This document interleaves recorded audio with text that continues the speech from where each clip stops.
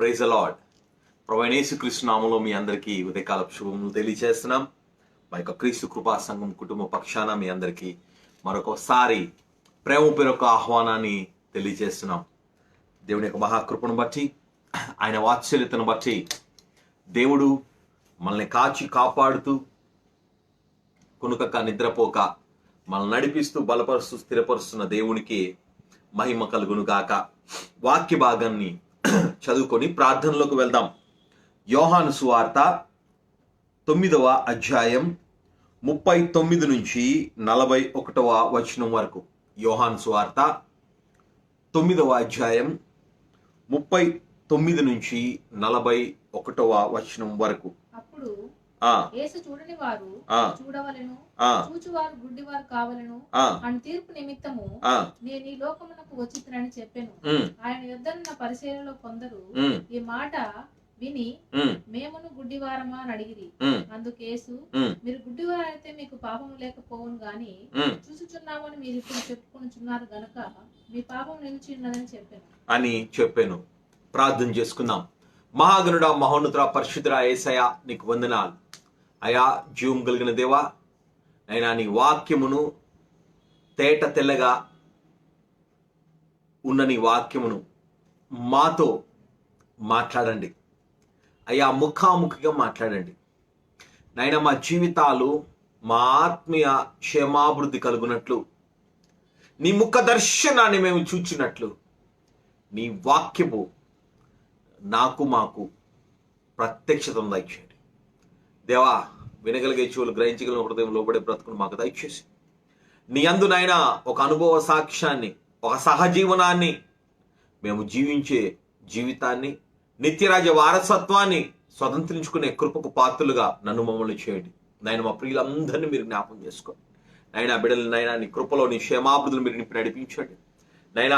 నీ యొక్క హస్తాన్ని వారికి తోడుగా దయచేయండి. ఆర్థిక, సామాజిక, వ్యక్తిగత, మానసిక, ఆత్మీయ జీవితాల్లో వారికి పురోగతిని దయచేయండి తండ్రి దేవా. నైనా చర్చ్ కన్స్ట్రక్షన్స్ లో ఉంటుండగా కావాల్సిన ప్రతి ఆర్థికమైన వనరులు నైనా నీ యొక్క మహిమ ఐశ్వర్యాలను మీరు తీర్చండి తండ్రి దేవా. నీకు వందనాలు నైనా. నీ కృప ద్వారా మీరు నింపి నడిపించి, మీరు బలపరిచి, స్థిరపరిచి, మీరు మహిమ, ఘనత, ప్రభావాలు పొందమని యేసయ్య పరిశుద్ధ నామంలో ఈ ప్రార్థన అడిగి వేడుకుంటున్నాం పరమ తండ్రి. Amen, amen. Hallelujah, hallelujah. Praise the lord.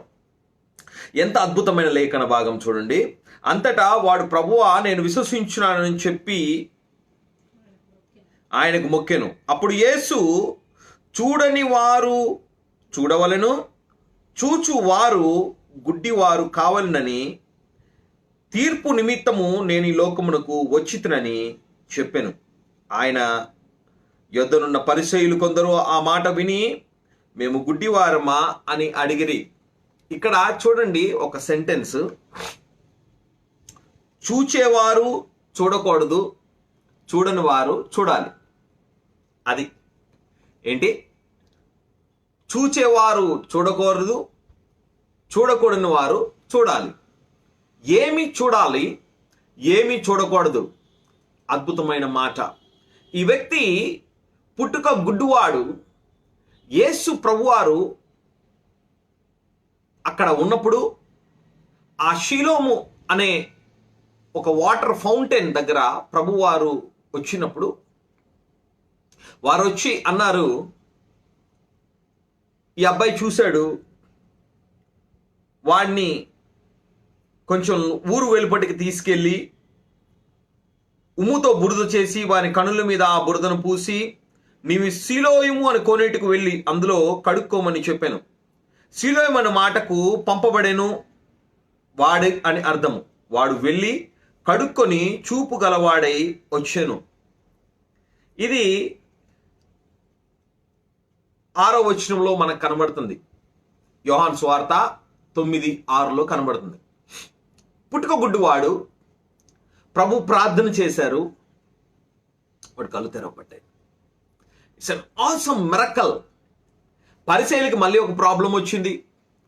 ఏంటి ఆ ప్రాబ్లం అంటే, విశ్రాంతి దినమును నువ్వు నెరవేర్చట్లేదు కాబట్టి నువ్వు దేవుని కుమారుడు కాదు. నువ్వు విశ్రాంతి దినాన్ని నువ్వు నెరవేర్చట్లేదు కాబట్టి నువ్వు దేవుని యొద్ద నుండి పంపబడిన వాడివి కాదు.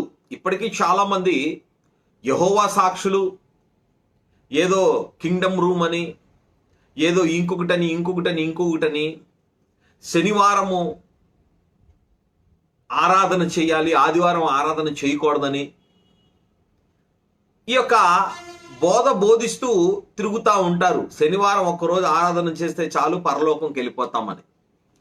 దేవుడు ఎక్కడా కూడా పాత నిబంధనలో నువ్వు ఇది ఒక్కటి చేస్తే పరలోకానికి వెళ్తావని చెప్పలేదు. దేవుడు నువ్వు అన్నీ చేయాలి అన్నాడు. నువ్వు అన్నీ చేయకపోతే, ఏ ఒక్క దాంట్లో తప్పిపోతే నువ్వు మిగతా అన్నిట్లో తప్పిపోతావు. కాబట్టి పాత నిబంధనలో ఉన్న 99.99% మంది ఫెయిల్ అయిపోయినట్టు మనం చూస్తున్నాం. దేవుడు పాత నిబంధన ప్రవక్తలకి చెప్పాడు, నేను నా కుమారుని పంపిస్తాను, ఆయన మీ పాపాల నుండి మిమ్మల్ని విడిపిస్తాడు. ఎందుకంటే మీ పాపాలు మీరు విడిపించబడలేరు, మీ అంతటా మీరు పోరాడి దాన్ని గెలవలేరు అని విషయాన్ని సాక్షాత్ దేవుడే క్లియర్గా చెప్పాడు అన్నమాట. కానీ ఈ ఒక్క మాట, ఏది శనివారం ఆరాధన చేస్తే శనివారమే ఆరాధన చెయ్యాలి, శుక్రవారమే ఆరాధన చెయ్యాలి. దేవుడు బిడ్డ, నువ్వు ఆత్మతో సత్యముతో ఏ రోజు ప్రార్థన చేసినా, ఏ రోజు ప్రభువుని ఆరాధించినా, ఏ రోజు ప్రభువును నువ్వు కీర్తించినా, ఏ రోజు ప్రభువుని నువ్వు ప్రేమించి ఆయన్ని రక్షకుడిగా అంగీకరించినా అది సరిపోతుంది దేవుడికి. దేవుడికి కావాల్సింది పరిశుద్ధత, ప్రేమ. దేవుడికి కావాల్సింది ఆ దైవత్వంలో మనం ముందుకెళ్ళిపోయే, ఆయనతో సహజీవనం చేసే జీవితం మనం కలిగి ఉండాలి. అంతేకాని శుక్రవారం, శనివారం, ఆదివారం అని కాదు. నెక్స్ట్, కమింగ్ బ్యాక్, అద్భుతమైన మాట ప్రభువారు మాట్లాడుతున్నారు. యేసు చూడని వారు చూడవలెను, చూచువారు గుడ్డివారు కావలను. ఎవరు చూస్తున్నారు, ఎవరు చూడలేదు. దేవుడు బిడ్డ, ఆదికాండం 3వ అధ్యాయం 7వ వచనం, ఆదికాండం 3వ అధ్యాయం 7వ వచనంలో మనం చూస్తే, అవ్వ ఆదాము పుట్టినప్పుడు ఎలాగున్నారు? దేవదూతల వల్లే ఉన్నారు.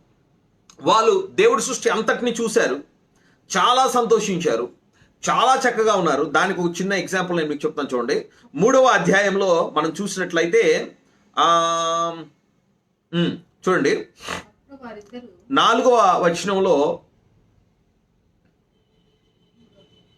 3వ అధ్యాయం 4వ వచనంలో, మీరు చావనే చావరు, ఏలయనగా మీరు వాటిని తిను దినమున మీ కన్నులు తెరవబడునని. చూడండి, మీరు కన్నులు తెరవబడును. వీళ్ళు చూస్తున్నారు ఆల్రెడీ, కానీ సర్పం అంటుంది నీ కళ్ళు తెరవబడతాయి. జాగ్రత్తగా వినండి. సర్పం అంటుంది నీ కన్నులు తెరవబడతాయి, మీరు మంచి చెడులను ఎరుగుని వారై దేవతలోనే ఉందిరని దేవునికి తెలియనని స్త్రీతో చెప్పగా, స్త్రీ ఆ వృక్షము ఆహారమును మంచిదిను కన్నులకు అందమైనదిగా. అంటే చూస్తుందా, చూడలేదా? కనబడుతుందా, కనబడట్లేదా? కనబడుతుంది. కానీ ఈమె చూపులో అక్కడ గమనిస్తే కన్ను దృష్టి ఉంది, మంచి కన్ను దృష్టే ఉంది. ఆ తర్వాత మరి కళ్ళు కనబడుతుంది కదా, సాతానా, మరి నేను ఇది చూస్తే, మరి నేను ఇది తింటే నా కళ్ళు తెరవబడుతున్నాయి అంటున్నావు. ఇప్పుడు ఆల్రెడీ నా కళ్ళు తెరిసే ఉన్నాయి కదా, ఆల్రెడీ నేను చూస్తున్నాను కదా, ఆల్రెడీ నేను చూస్తూ ముందుకు వెళ్తున్నాను కదా అని ఎందుకు చెప్పలేకపోయింది అవ్వ ఆ రోజు? అదేనండి అజ్ఞానం అంటే. జ్ఞానానికి అజ్ఞానానికి తేడా అదే. ఆల్రెడీ చూస్తుంది, సాతాను చంటుంది, నువ్వు నీ కళ్ళు తెరవబడి నువ్వు ఇంకా బాగా చూస్తావు.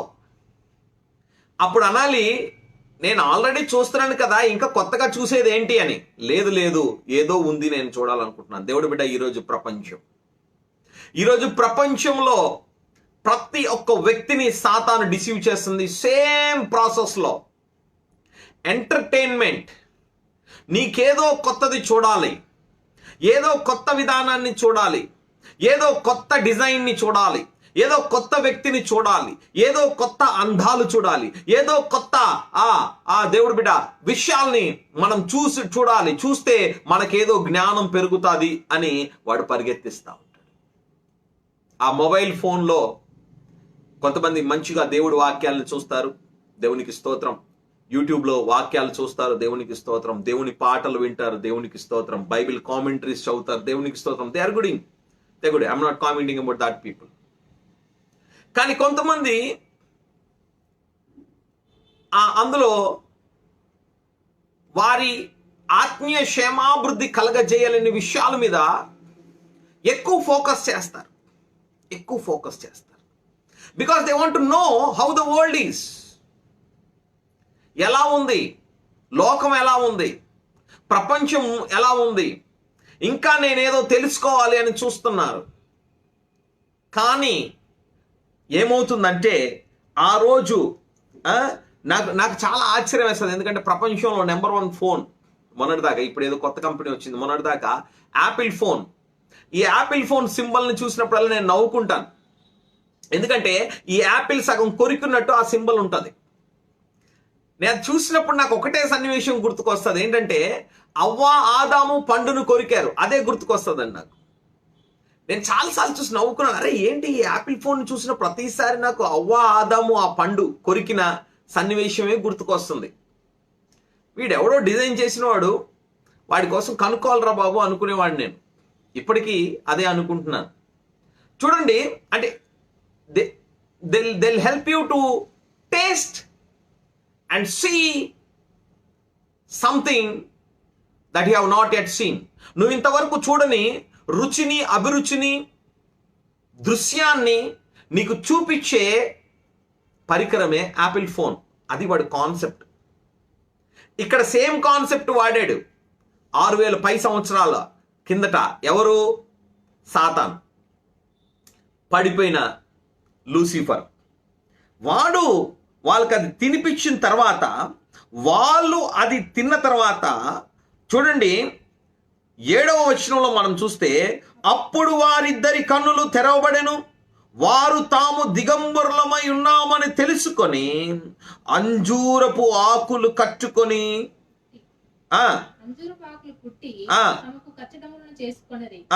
చల్లపూటను ఆదామును అతని భార్యను తోటలో సంచరించున్న దేవుడైన యెహోవా స్వరమును విని, అబ్బా, దేవుడైన యెహోవా నెంబర్ 1 వాళ్ళు చూడడం స్టార్ట్ చేశారు.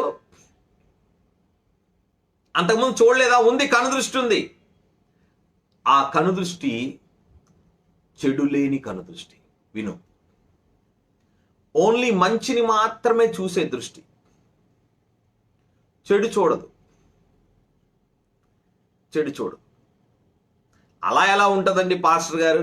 మీకు చాలా సింపుల్గా చెప్తాను. ఒక చిన్న పాప ఉంది, లేదా ఒక అందమైన అమ్మాయి ఉంది. వాళ్ళమ్మ ఆ అందమైన అమ్మాయికి స్నానం చేపిస్తుంది. ఆమెకి ఏమైనా చెడు దృష్టి ఉంటుందా తన కూతురు మీద అంటే? ఉండదు. కానీ అదే అమ్మాయిని ఒక యవనస్తుడు చూశాడు అనుకోండి, అదే పరిస్థితిలో చెడు దృష్టి వస్తుందా? మీకు తెలుసు, వస్తుంది. దేవుడి బిడ్డ, ఇక్కడ గమనించండి, ఆ దృష్టిలో చాలా రకాల దృష్టిలు మనకు కనబడతాయి. మంచిగా చూడొచ్చు, చెడుగా చూడొచ్చు. అయితే ఇక్కడ మనం 2 దృష్టిల కోసం మాట్లాడుకుంటున్నాం. ఒకటి ఆత్మ సంబంధంగా చూసేది, ఇంకొకటి శరీర సంబంధంగా చూసేది. ఆత్మ సంబంధమైన కనుదృష్టిలో ఉన్నారు. అప్పటి వరకు వారు ప్రపంచం మొత్తాన్ని చూస్తున్నారు. అయితే ఎప్పుడైతే ఈ పండు తిన్నారో శరీర సంబంధమైన కనుదృష్టి వీరికి కలిగింది. వీరు దేవుని యొక్క స్వరాన్ని విన్నారు. విన్న వెంటనే వీళ్ళు ఏం చేశారంటే, వారు దేవుడైన యెహోవా ఎదురుకు రాకుండా తోట చెట్ల మధ్య దాగుకొనగా, దేవుడైన యెహోవా ఆదామును పిలిచి, నీవు ఎక్కడున్నావు? అందుకతడు, నేను తోటలో నీ స్వరము వినినప్పుడు దిగంబరుగా నుంటిని గనక భయపడి దాగుకొంటిని. అందుకని నీవు దిగంబరుడని నీకు తెలిసిందెవడు? చూడండి, తర్వాత మీకు తెలుసు.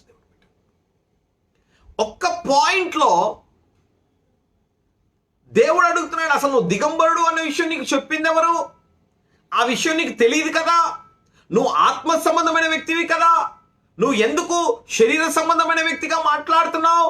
నువ్వు ఆత్మ సంబంధమైన పోలికతో చేయబడ్డావు కదా, నువ్వు నా స్వరూపంలో చేయబడ్డావు కదా, నువ్వు నా పోలికలో చేయబడ్డావు కదా, నువ్వు నా యొక్క ప్రణాళికలో, నా యొక్క చిత్తంలో నువ్వు చేయబడ్డావు కదా. ఏమి అయింది అంటే అవిధేయత ఎంటర్ అయింది. దేవుడు ఏదైతే చేయొద్దన్నాడో అది చేశాడు కాబట్టి మనిషి పతనం అయిపోయాడు. దేవుడు బిడ్డ, ఈరోజు రాకడికి సిద్ధంగా ఉండి ఆ దేవుడితో ఐక్యపరచడానికి సిద్ధపడుతున్న సంఘం కూడా ఈ రోజు కూడా మనిషి ఎక్కడ ఫెయిల్ అయిపోతున్నాడో తెలుసా? దేవుడు ఏదైతే చేయొద్దంటున్నాడో మనిషి అదే చేస్తున్నాడు. ఎంటర్టైన్మెంట్, సీరియల్ చూస్తే పాపమా, సినిమా చూస్తే పాపమా కాదు దేవుడు బిడ్డ. నువ్వు చూసే విషయాన్ని బట్టి నీ జీవితంలోకి పాపం ఎంటర్ అయిపోతుంది. నువ్వు పాపాలనే విత్తనం వేసుకుంటున్నావు. ఆ టిక్ టాక్ వీడియోలు, ఆ డాన్సులు, ఆ జోకులు, ఆ అల్లరితో కూడిన ఆటపాటలు, అవన్నీ నీ ఆత్మీయ జీవితానికి చాలా చాలా చాలా ప్రమాదకరమైనవి. దేవుడు బిడ్డ, అవును, ఆ యేసయ్య అంటున్న అద్భుతమైన మాట, you should be blind to this world. ఈ లోకానికి నువ్వు అంధుడు అయిపోవాలి. నువ్వు దేవుణ్ణి చూసే కన్నులు నీకు కావాలి. అందుకే దేవుడు వాక్యం అంటారు, అందరూ పాపం చేసి దేవుడి గురించి మహిమను పొందలేకపోతున్నారు. దేవుడు బిడ్డ, మత్తయి సువార్త 5వ అధ్యాయం 8వ వచనంలో దేవుడు అంటున్నాడు, హృదయ శుద్ధి గల వారు ధన్యులు, వారు దేవుణ్ణి చూచెదరు. హల్లెలూయా. దేవుడు బిడ్డ, ఎందుకు మనం దేవుణ్ణి చూడలేకపోతున్నాం? ఎందుకు మనం దేవుణ్ణి చూడలేకపోతున్నాం? ఎందుకు మనం దేవుణ్ణి నేను చూశాను అనే గొప్ప సాక్షులుగా మనం ఉండలేకపోతున్నాం అంటే, గుర్తుపెట్టుకోండి, ఇంకా మన కన్నుల్లో పాప పొరలు ఉన్నాయి. ఆ పాప పొరలు రాలిపోయినప్పుడు మనం దేవుణ్ణి చూడగలుగుతాం. పాత నిబంధనలో కూడా దేవుడు ఇజ్రాయేలు వారికి అద్భుతమైన మాట రాయబడిన దేవుడు బిడ్డ, వారందరికీ దేవుడు కనబడెను. ఎప్పుడు? 10 ఆజ్ఞలు ఇయ్యక ముందు దేవుడు వారందరికీ కనబడ్డాడు. వారందరూ దేవుణ్ణి చూశారు. ఈరోజు మనం అందరం దేవుణ్ణి చూడొచ్చు. దేవుడు బిడ్డ, ఎలాగంటున్నారా? దేవుడు వాక్యం, ఆదియందు వాక్యమైన వాక్యం దేవుడు, ఆ వాక్యమే దేవుడైన ఆయనే కృపా సత్య సంపూర్ణంగా మన మధ్య నివసించెను. ఆ వాక్యమే దేవుడు. నువ్వు వాక్యాన్ని చూస్తుంటే నువ్వు దేవుణ్ణి చూసినట్లే. నెంబర్ 1. నెంబర్ 2, సాక్షాత్తు నువ్వు ఆ యేసు ప్రభువుని చూస్తే నువ్వు దేవుణ్ణి చూసినట్లే. మరి నువ్వు ఆ యేసును చూడాలి అంటే మాత్రం దేవుడు బిడ్డ, హృదయ శుద్ధిలోకి నువ్వు రావాలి. నువ్వు ఆ కృపా కార్యంలోకి నువ్వు రావాలి దేవుడు బిడ్డ.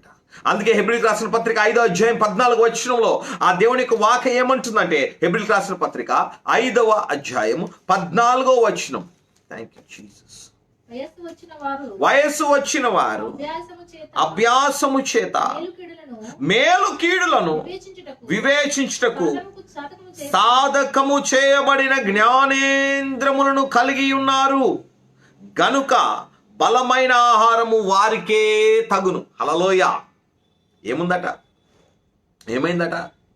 వారికి సాధకము చేయబడిన జ్ఞానేంద్రములు, ద స్పిరిచువల్ సెన్సెస్, ఇంగ్లీష్ బైబిల్లో ద స్పిరిచువల్ సెన్సెస్. ఎన్ని సెన్సులు ఉన్నాయి? 5. నెంబర్ 1 కనుచూపు, number 2 smell, number 3 hearing, number 4 taste, number 5 sense, body, పంచేంద్ర. ఇందులో ప్రప్రథమైనది కనుదృష్టి, సర్వేంద్రియానం, నయనం ప్రథమం. అంటే అన్ని జ్ఞానేంద్రాలలో కనుదృష్టి అన్నది మొదటిది, అది ప్రథమమైనది. ఎందుకు అది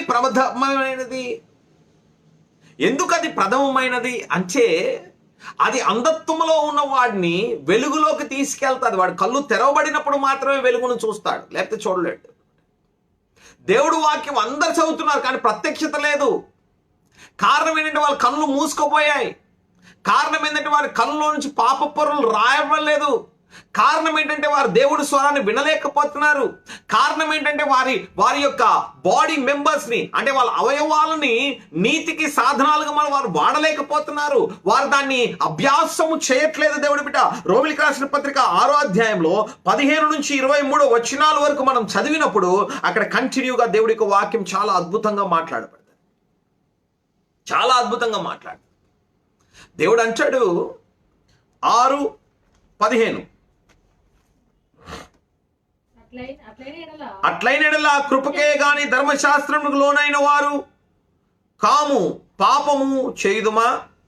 అదెన్నటికీ కూడదు. లోబడుటకే దేనికి మీరు దాసులుగా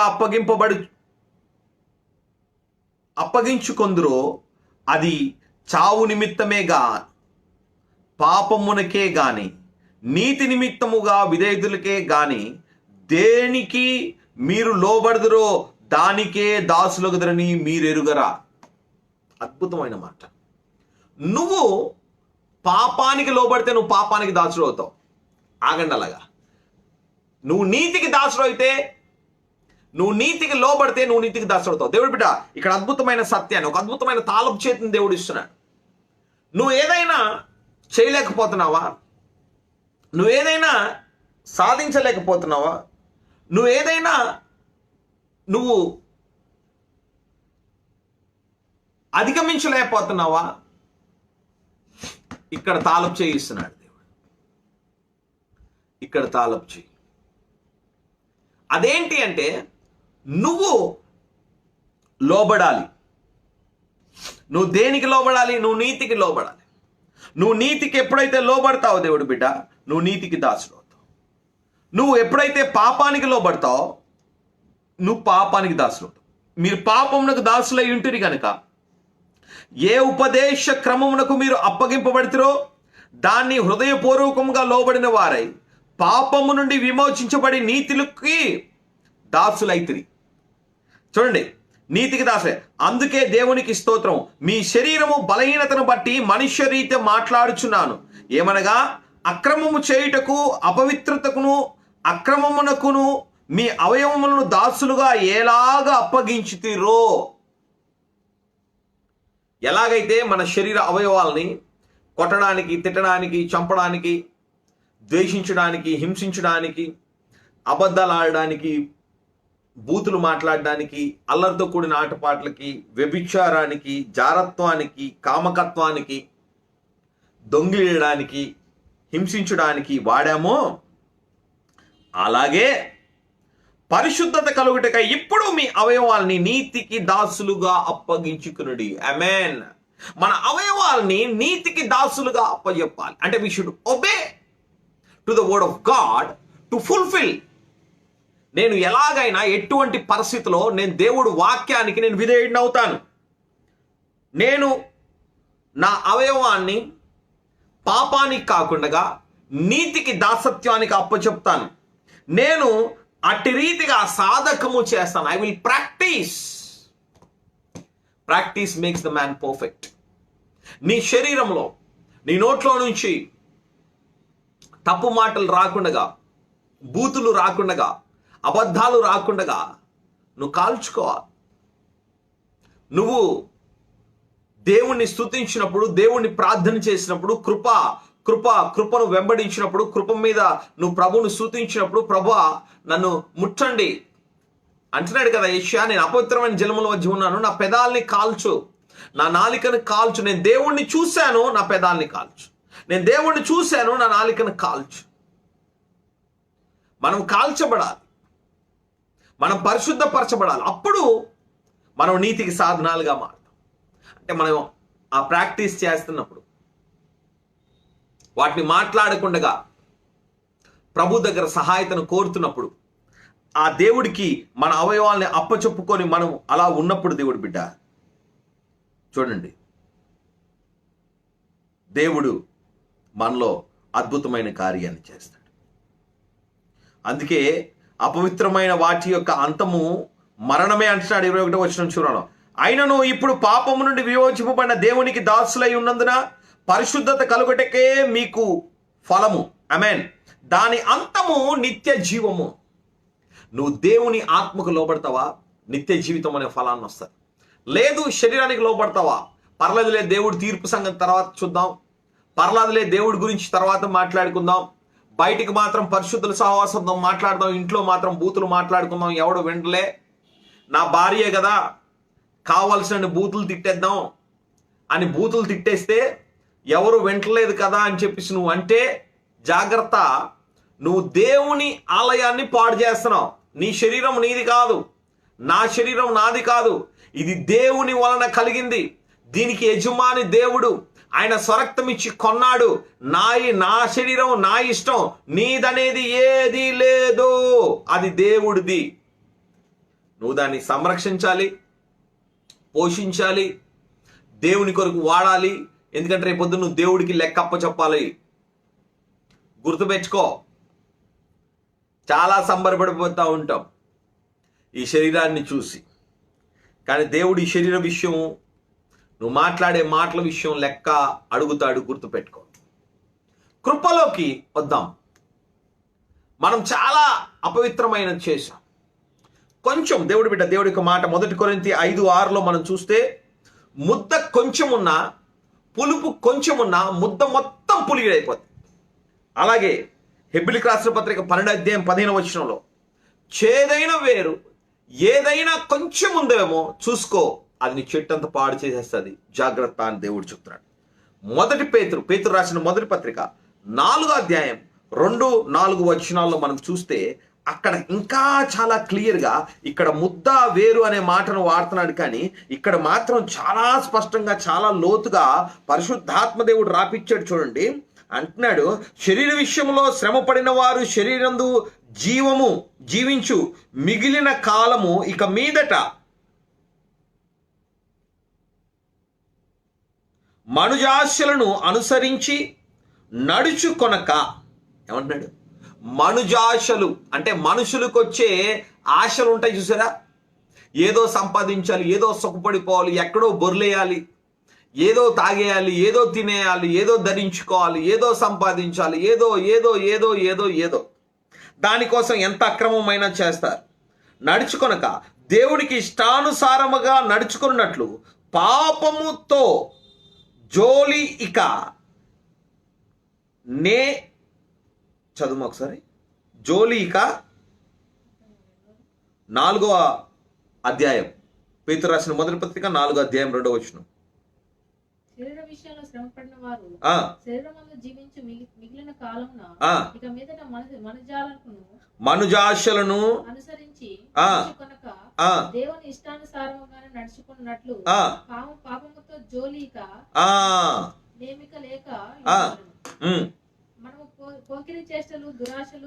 పోకిరి చేష్టలు దురాశలు మద్యపానము అల్లరితో కూడిన ఆటపాటలు త్రాగుబోతుల విందులు చేయదగని విగ్రహ పూజలు మొదలైన వాటి యందు నడుచుకొనుచు అన్యజనుల ఇష్టమును నెరవేర్చుటకును గతించిన కాలమే చాలు.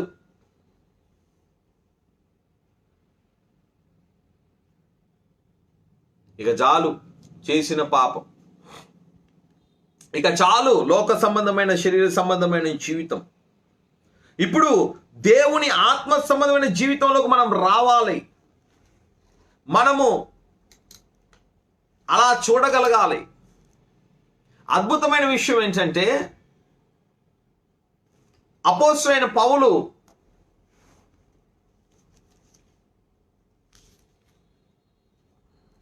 ఆ అపోస్తల కార్యంలో ఆయన దమస్కస్ మార్గంలో వెళ్తుండగా ప్రభు అతన్ని దర్శించాడు. అక్కడ అద్భుతమైన సందర్భాలు సన్నివేశాలు రాయబడ్డాయి. చూద్దాం, మనకు తెలియాలి మనం ఏం చూస్తున్నాం, ఏం చూడలేకపోతున్నాం. 9వ అధ్యాయము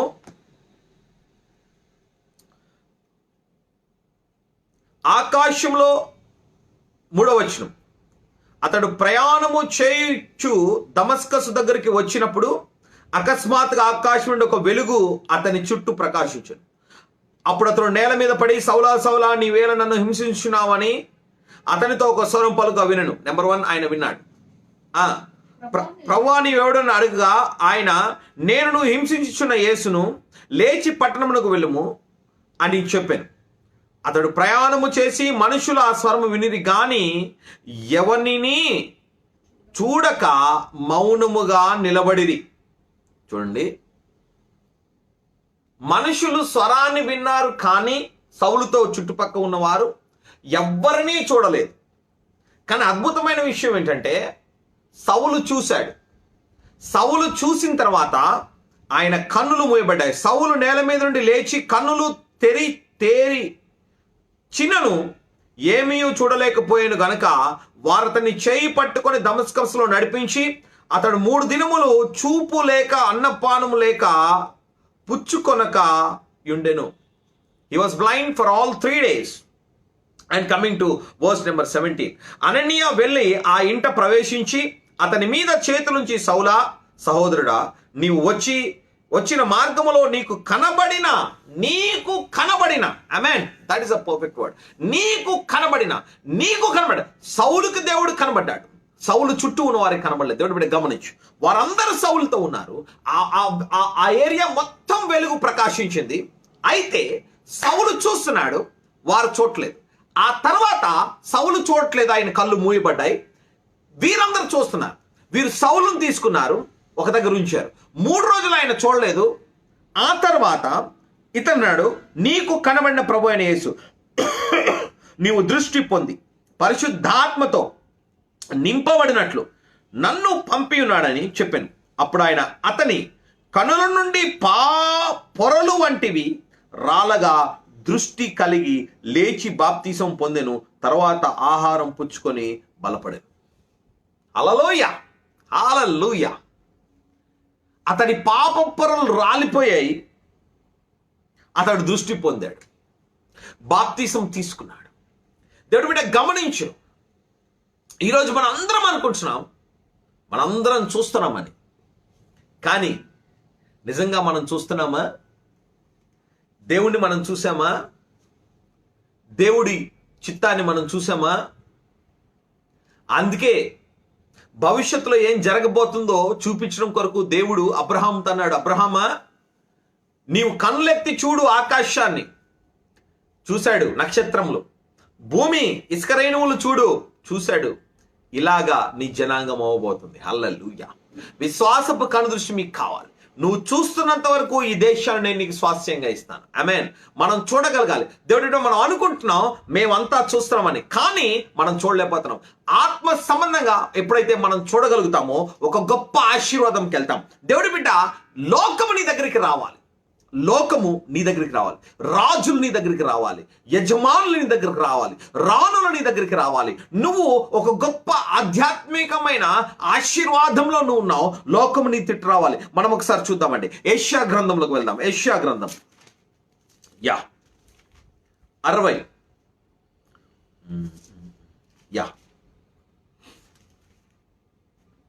60. This is my all time favorite word.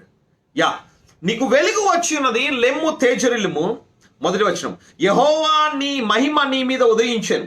చూడుము, భూమిని చీకటి కమ్ముచున్నది, కటిక చీకటి జనములను కమ్ముచున్నది. యెహోవా నీ మీద ఉదయించుచున్నాడు, ఆయన మహిమ నీ మీద కనబడుచున్నది. జనులు నీ వెలుగుకు వచ్చెదరు, రాజులు నీ ఉదయ కాంతికి వచ్చెదరు.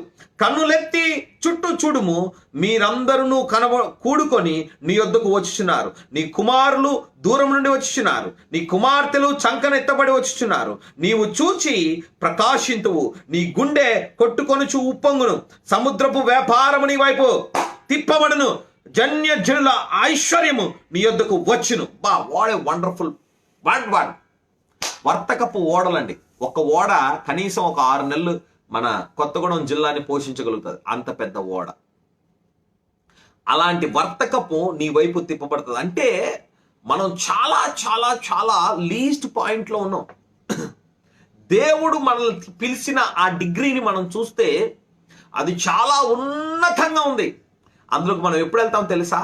మన ఆత్మ సంబంధమైన ఇంద్రియాలని మనం ఎప్పుడైతే యాక్టివేట్ చేస్తామో, అంటే ఆత్మ సంబంధంగా ఆలోచించాలి, ఆత్మ సంబంధంగా చూడాలి, ఆత్మ సంబంధంగా దేవుడి స్వరాన్ని వినాలి, ఆత్మ సంబంధంగా మనం స్మెల్ చేయాలి, ఆత్మ సంబంధంగా మాట్లాడాలి, ఆత్మ సంబంధంగా లోబడాలి, ఆత్మ సంబంధంగా దేవుని యొక్క రాజ్యపు భారాన్ని మనం మోయాలి, ఆత్మ సంబంధమైన దేవుని పనిని మన చేతులతో మనం చేయాలి, మన హృదయపు స్పందన ప్రతిస్పందన కృతజ్ఞతతో కొచ్చుకోవాలి, నీతి అనే మైమరుపును మనం తొడుక్కోవాలి, సర్వాంగ కవచాన్ని మనం తడుక్కోవాలి, మన నడుముకు సత్యం అనే దట్టి పెట్టబడాలి, మన కడుపులో నుండి జీవ జలపు ఊచలు బుగ్గలు ఉపకాలు దేవుడి బిడ్డ. ఎస్, ద స్పిరిచువల్ ఫౌంటైన్ నీలో నుంచి ఉప్పొంగాలి దేవుడి బిడ్డ. అవన్నీ మానేసి డైరీ సీరియల్ మధ్యాహ్నం 4 సార్లు రాత్రి 3 సార్లు చూసి చూస్తానే ఉంటారు. వీళ్ళు ఎంత ఎక్కువగా వేరే దాని మీద దృష్టి పెడతావో నువ్వు ఆధ్యాత్మికంగా అలాగా అంధత్వానికి వచ్చేస్తున్నావు. ఈరోజు సాతాను గాడు కొన్ని లక్షల కోట్ల ఖర్చు పెడుతున్నాడు మనిషిని బిజీ చేయాలి. మనిషి యొక్క దృష్టిని దేవుడి వైపు నుండి వాడి వైపు లోకం వైపు తిప్పడం కొరకు దేవుడి బిడ్డ వాడు చేసే హంగులు ఆర్పాటాలు ఇంత అంతా కావు. ఓహో ఆహా నీకేముంది, నువ్వు సూపరు, నువ్వు అది, నువ్వు ఇది అని చెప్పి వాడు మనల్ని ఏం చేస్తున్నాడో తెలుసా? లోపరుచుకొని నరకానికి తీసుకెళ్తున్నాడు. చూడుము భూమిని చీకటి కమ్ముచున్నది, కట్టిక చీకటి జనుల్ని కమ్ముచున్నది. అంటే అర్థం ఏంటో తెలుసా? వాడి దగ్గర కోట్ల డబ్బులు ఉంటాయి, కానీ ఇన్వెస్ట్మెంట్ ఎక్కడ చేయాలో తెలియదు దానికి. మొన్నటిదాకా బంగారం రేటు 59,000 అయింది. ప్రభువా అన్నాను. దేవుడు అన్నాడు పడిపోద్ది, కంగారు పడకన్నాడు. పడిపోద్ది అన్నాడు. అంతే నవ్వుకున్నాను నేను. అదేంటి ప్రభువా టక్కుమని చెప్పారు? పడిపోద్ది బేటా అన్నాడు. అంతే. ఎందుకంటే బంగారం రేటు పెరిగితే పాపం బంగారం తయారు చేసేవాళ్ళు, బంగారం పని చేసే వాళ్ళకి పని ఉండదు. ప్రార్థన చేస్తుంటే ప్రభువా రాత్రి అన్నారు పడిపోద్ది. పడిపోయింది. 9,000 దాకా రేటు డౌన్ అయింది. ఎందుకు చెప్తున్నాను తెలుసా? దేవుని ఆత్మ చేత నడిపించబడుతున్న వ్యక్తికి మాత్రమే దేవుడు ఆలోచన ఇస్తాడు. శరీర సంబంధికి ఆలోచన రాదు. డబ్బులు ఉంటుంది, ఇన్వెస్ట్మెంట్ ఎక్కడ చేయాలో తెలియదు. జ్ఞానం ఉంటుంది, ఏది చదవాలో తెలియదు. దేవుడి బిడ్డ ఏం చేయాలో, ఎప్పుడు చేయాలో, ఎలా చేయాలో అన్నది దేవుని ఆత్మచేత మనం నడిపించబడాలి. ఈ లోకంలో ఉన్న వ్యక్తులకి అన్నీ ఉంటాయి, కానీ వారు నడిపించబడలేకపోతారు. వారు అంధత్వంలో ఉంటారు. వారు దేవుని యొక్క ప్రజలు, దేవుని యొక్క బిడ్డలైన నీలాంటి వారు, నాలాంటి వారిని వారు ఆలోచన అడుగుతా ఉంటారు, మనల్ని ఆలోచనకర్తగా ఉంటారు. దేవుడి బిడ్డ ఐగుప్తు ప్రపంచాన్ని ఏళ్తుంది, కానీ యోసేపు దాన్ని నడిపిస్తున్నాడు. ఇదిగో నెబుకద్నెజరు ప్రపంచంలోనే అద్భుతమైన రాజుగా ఉంటున్నాడు, కానీ దానియేలు షడ్రక్ మెషక్ అబేద్నెగోల చేత నడిపించబడ్డాడు.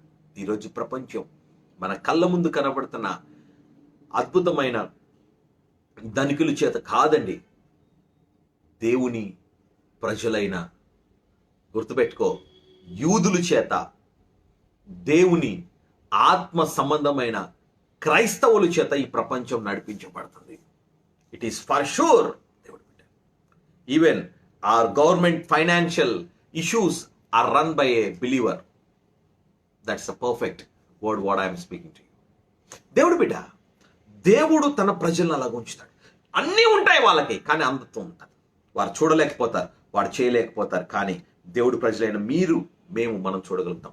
మనం దేవుని అడగాలి, మనం దేవుని వేడుకోవాలి. ప్రభా అయ్యా ఇదిగో మా కన్నులను తెరువు, అయ్యా ఇదిగో మా యొక్క కన్నులను తెరువు, అయ్యా నేను చూడాలనుకుంటున్నాను. God I want to see you God. ప్రభా నేను నిన్ను చూడాలనుకుంటున్నాను. అయ్యా ఆశ నాలో ఉంది, నా ఆశను మీరు తీర్చండి ప్రభా. అయ్యా ఆశకున్న ప్రాణం తృప్తిపరిచే దేవుడు. అందుకే దేవుడు బిడ్డ ఆ 2వ రాజుల గ్రంథంలో మనం చూసినట్లయితే, 2వ రాజుల గ్రంథం 6వ అధ్యాయంలో 15 నుంచి 20 వచనాల్లో మనం చూసినట్లయితే, అక్కడ మనకి ఎలీషా కనబడతారు, ప్రవక్త అయిన ఎలీషా కనబడుతున్నారు, అలాగే అతని యొక్క సేవకుడు కనబడుతున్నారు. Page number 310.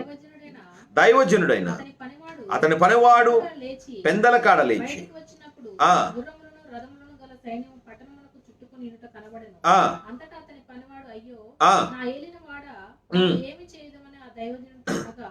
అతడు భయపడవద్దు, మన పక్షంలో ఉన్నవారు వారి కంటే అధికులైనారని చెప్పి, యెహోవా వీడు చూచినట్లు దయచేసి వీడు కళ్ళను తెరవమని ఎలీషా ప్రార్థన చేయగా, యెహోవా పనివాని కళ్ళను తెరవ చేసిన గనుక వాడు ఎలీషా చుట్టూను పర్వతములు గుర్రముల చేత రథముల చేతను నిండి ఇట్ట చూచెను. ఆమేన్. ఆ దండుగా ఆ పనివాడు చూడలేకపోయాడు, దైవజనుడు చూస్తున్నాడు. ఈ పనివాడు సమస్యను చూస్తున్నాడు, దైవజనుడు ఆ సమస్యకు మించిన సమాధానాన్ని దేవుడు ఆల్రెడీ ఏర్పాటు చేసినదని ఆత్మీయ పరిధిలో చూడగలుగుతున్నాడు. ఈరోజు మనం ఆత్మీయ పరిధిలోకి చూడాలి. ఈరోజు దేవుడు మనకి చూపిస్తున్న ఆ ఐసైట్లోకి మనం చూడగలగాలి. దేవుడు నీ యొక్క సమస్యకి సమాధానం దేవుడు ఏమి ఉంచాడు అనేది చూడగలిగినప్పుడు you are a spiritual man.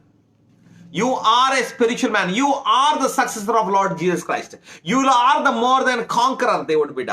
నువ్వు జయించిన ప్రజవి, నువ్వు గెలుస్తావు, నువ్వు జయిస్తావు. నువ్వు ఎప్పుడు గెలుస్తావు, నువ్వు ఎప్పుడు జయిస్తావు అంటే దేవుడు బిడ్డ ఈ స్థాయి నీకు కావాలి. నువ్వు చూడగలగాలి. దేవుడు నీకు ఏదైతే చూపిస్తున్నాడో నువ్వు దాన్ని చూడగలగాలి. దేవా నా కన్నులను తెరువు, నేను నా పరిస్థితిని అధిగమించిన నువ్వు ఏదైతే సొల్యూషన్ ఇచ్చావో ఉంచావో నేను దాన్ని చూడగలగాలి, నేను దానిలో జీవించగలగాలి. దానికి ఒకటే ఒక కారణం, ప్రార్థన. ఎస్, మొగాలై ప్రార్థన చేయి, కన్ఫెస్ చేయి, ప్రభా నీ కృప నాకు చేయి. జాగ్రత్తగా మళ్ళీ రోమిలికి రాసిన పత్రిక 6వ అధ్యాయం ఇందాక లేఖన భాగాలు మీరు తర్వాత ఒక ధ్యానించండి. ఆ కృప మీ అవయవాలను ఎట్లా నీతికి సాధనాలుగా ఉంచుతుంది అన్న సత్యాన్ని మీరు గ్రహిస్తారు. ఆ కృప అటు మీకు దయచేస్తున్నాడు దేవుడు, మనకు దయచేశాడు. నువ్వు చూడగలుగుతావు. ఆ దేవుడు నీకు చూపించిపోతున్నాడు.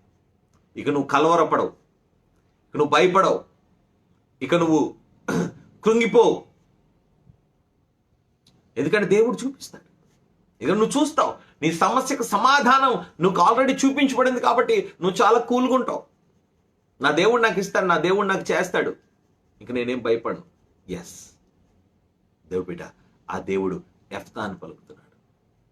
నువ్వు మాట్లాడేటట్లు, నువ్వు వినేటట్లు, నీ కన్నులు తెరవబడేటట్లు ఆ దేవుడు కార్యాన్ని చేస్తున్నాడు. దేవుడు బిడ్డ, ఆ దేవుడు నీకు చూపుని కలగజేసి నీ కన్నులను తెరిచి ఆయన్ని నడిపించాలనుకుంటున్నాడు. దేవుడు బిడ్డ, అవును, చూడండి ఎంత గొప్ప అద్భుతమైన మాటను అక్కడ మనం ఉంచున్నాం. మన యొక్క జ్ఞానేంద్రాలని మనము సాధకం చేయాలి. ఈ లోక సంబంధంగా ఏమన్నా నాకు అద్భుతమైన విషయం నేను ఐ లవ్ దట్ వర్డ్. యోబు ఏమంటాడు తెలుసా? కన్యకని చూడకుండానట్లు నా కనులతో, నా కనురెప్పలతో నేను నిబంధన చేసుకున్నాను. బా, ultimate word in the Bible. కన్యకని చూడకుండానట్లు నా కనురెప్పలతో నేను నిబంధన చేసుకున్నాను. ఎంత అద్భుతమైన పరిశుద్ధమైన జీవితం అండి. యోబు నీతిమంతుడు, అటువంటి వాడిని నువ్వు ఎరుగుదువా అని దేవుడు అంటున్నాడు. God is addressing to Satan, do you know my servant? Do you know my servant? నా దాసుడిని నువ్వు ఎరుగుదువా? అతడు యోబు, అతడు నీతిమంతుడు. వా, ఎందుకు నీతిమంతుడు అయ్యాడు? కన్యకని చూడకుండానట్లు తన కనులతో నిబంధన చేసుకున్నాడు. ఆ నిబంధన మనకుందా? ఆ పరిశుద్ధత మనకుందా? పరిశుద్ధత లేకపోతే పరలోకం లేదు దేవుడు బిడ్డ. అది పాత నిబంధనే కాదు, కొత్త నిబంధనే కాదు, అది ఏ బోధ అయినా కాదు. పరిశుద్ధత ప్రవేశ ద్వారం పరలోకానికి. దాని పేరే పరిశుద్ధ పట్టణం అండి.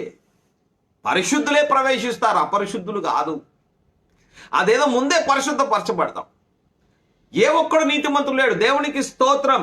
అయ్యా, నేను నీతిమంతుడిగా మార్చబడాలనుకుంటున్నాను, నీ రక్తం చేత నన్ను కడుగు, నన్ను పరిశుద్ధపరచు, నీ కృపకు సాధనంగా నన్ను మార్చు. నేను చేసిన దాన్ని బట్టి కాదు, నమ్మిన దాన్ని బట్టి. ఎస్ లార్డ్, నీ యొక్క కల్వరి శిలువ రక్తము ధారలు నా పాపాన్ని కడిగాయి, నా రోత హృదయాన్ని మార్చాయి, రాతి గుండెని తీసేసి మాంసం గుండెని కట్టేయి. ప్రభా, ఇదిగో ప్రభా, నీ లేఖనాలని రాసాయి దేవా నాయన. ప్రభా గాడ్, ఇదిగో నేను నూతనపరచబడిన మనస్సులో, నూతనపరచబడిన జీవితంలో, ఒక నూతన అవయవాలలో అందుకే అంటాడు పౌలు భక్తుడు, నా బాహ్య పురుషుడు కృషించబోతున్న కొద్ది నా అంతర పురుషుడు బలపడుతున్నాడు. నా కనుచూపు, శరీర సంబంధమైన కనుచూపు క్షీణించిపోతుంది, కానీ ఆత్మ సంబంధమైన కనుదృష్టి, ఆమేన్, ఈ లోక సంబంధంగా నువ్వు గుడ్డివాడిగా అయిపోవాలి. నువ్వు ఆత్మ సంబంధంగా చూసేవాడిగా ఉండాలి. ఎస్ లార్డ్, నిన్ను చూడాలనే ఆశ నాకుంది ప్రభా. అయ్యా నీతో నడవాలనే ఆశ ఉంది ప్రభా. నీతో నేను సహజీవనం చేయాలి. నువ్వు నాతో నా జీవిత భాగస్వామిగా నేను ఎంచుకోవాలి ప్రభా.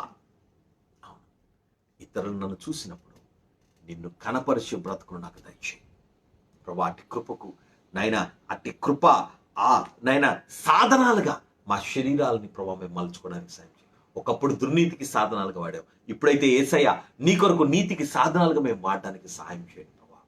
అవును దేవుడు బిడ్డ, ఆ దేవునికి నువ్వు ఎప్పుడైతే అలా బ్రతుకుతావో అప్పుడు నిత్యరాజ్యం గ్యారెంటీ, అప్పుడు పరలోకం గ్యారెంటీ అంటున్నాడు. మీరు చూస్తున్నారా? అయితే మీరు గుడ్డివారు. మీరు చూడట్లేదా? అయితే మీరు పరలోక వారసులు. మనం చూద్దామా? మనం ఏం చూస్తున్నాం? ప్రభు వైపు చూద్దాం, కళ్ళు మూసుకుందాం, ప్రార్థన చేద్దాం. యేసయ్యా నిన్ను చూడాలి ప్రభా. I want to see you God. Yes Lord, నిన్ను చూసే అనుభవం నాకు కావాలి. నువ్వు కనబడకపోతే నా బ్రతుకు ఎడారి. నీ మాట నేను వినపోతే నా బ్రతుకు నిర్జీవం. నువ్వు నన్ను స్పర్శించకపోతే శూన్యం, అంధకారం. తండ్రి నన్ను స్పర్శించాలి. నీ స్వరము నేను వినాలి, నీతో నేను నడవాలి, నిన్ను నేను చూడాలి ప్రభా. Yes lord. యేసయ్యా నిన్ను చూడాలని ఆశ, మెస్సయ్యా నిన్ను చేరాలని ఆశ, యేసయ్యా నిన్ను చూడాలని ఆశ, మెస్సయ్యా నిన్ను చేరాలని ఆశ. ఎస్ లార్డ్ ప్రభా, నిన్ను చూడాలనే ఆశ. నైనా శరీర సంబంధమైన కనుదృష్టిలో నుంచి తప్పించండి. నైనా పాప పొరల్ని రాల్చండి దేవా. ప్రతి శరీర సంబంధమైన, ప్రతి కామతం సంబంధమైన, ప్రతి జారత్వమైన చూపులు, నైనా ప్రతి లోక సంబంధమైన, శరీర సంబంధమైన చూపుల్లో నుంచి నన్ను కడగండి ప్రభా. నన్ను పరిశుద్ధపరచండి, నన్ను పవిత్రపరచండి. ద్వేషముతో చూసిన చూపులు, కామముతో చూసిన చూపులు అయ్యా తీసేయండి. పాప పొరలను రాల్చండి ప్రభా. పరిశుద్ధతను నాకు దయచేయి నాయనా. నీ అవయవముగా నేను మారాలంటే పరిశుద్ధపరచబడాలి. You are the holy God. నువ్వు పరిశుద్ధుడివి, నేను పరిశుద్ధుని కనుక నువ్వు పరిశుద్ధులై ఉండండి అన్నావు ప్రభా. నేను పరిశుద్ధమైన జనాంగం అని నిన్ను పిలిచాను. నేను పరిశుద్ధ పర్వతమైన సియోనులో నేను నిన్ను నిలబెట్టబోచున్నాను. నువ్వు పరిశుద్ధుడు అయ్యుండు అయ్యా. మీరు ఆ యెహోవా పర్వతము ఎదుట మీరు కనబడినట్లు మిమ్మల్ని మీరు పరిశుద్ధపరచుకొనుడి అయ్యా. అవును ప్రభా, నీ రక్తం ద్వారా మమ్మల్ని కడగండి. ఈ లోకపు వ్యామోహములో, ఈ లోకపు పరిస్థితిలో మా జీవితాలను మేము మలుచుకోక నీలో మలచబడ్డానికి సహాయం చేయి. నీకు సాధనంగా మేము మార్చబడ్డానికి సహాయం చేయి. నీ కొరకు యోగ్యమైన అర్హమైన పాత్రలుగా మేము ఉండడానికి సహాయం చేయి అయ్యా. నీ కృపతో మమ్మల్ని నడిపించి అయ్యా, నీ పరలోకపు సౌధాలను చూసే కృపకు పాత్రులుగా నన్ను చేసిన విధానంకే నీకు వేలాది కోట్ల స్తోత్రాలు. ఈ వాక్యం ఇచ్చిన ప్రతి బిడ్డకు కూడా మీరు చేయండి. నీ పరలోకపు పట్టణాన్ని చూసే కళ్ళను వారికి దయచేయి. నిన్ను చూసే కళ్ళను వారికి దయచేయి. దాని కొరకు కావాల్సిన ఆత్మ సంబంధమైన సాధకము వారు చేయడానికి సహాయం చేయి. అట్టి కృపను వారికి అనుగ్రహించి, అట్టి ఆత్మ సంబంధమైన అభిషేకం చేత మీరు నింపి, నిన్ను చూసి నీ కొరకు సాక్షులుగా బ్రతికే కృపకు పాత్రలుగా వారిని చేసి మీరే మహిమా ఘనత ప్రభావాలు పొందమని యేసయ్య పరిశుద్ధనామములో ప్రార్థన వేకుంటున్నా పరమ తండ్రి, ఆమేన్. దేవుని ప్రేమ, కుమారుని కృప, పరిశుద్ధాత్మ దేవునికి నిత్య నడిపింపు, ఆశీర్వాదం, ఆయనను చూసే దృష్టిని ప్రభు మనల్ని కలగజేసి నిత్యరాజ వారసత్వాన్ని ప్రభు మనకు అనుగ్రహించును గాక. Amen, amen. Praise the Lord. God bless you. Church construction start అవుతుంది, మళ్ళీ రీస్టార్ట్ అవుతుంది. దయచేసి దాని కొరకు ప్రత్యేకంగా ప్రార్థన చేయాలని మిమ్మల్ని కోరుకుంటున్నాం. Thank you. Praise Lord. God bless you.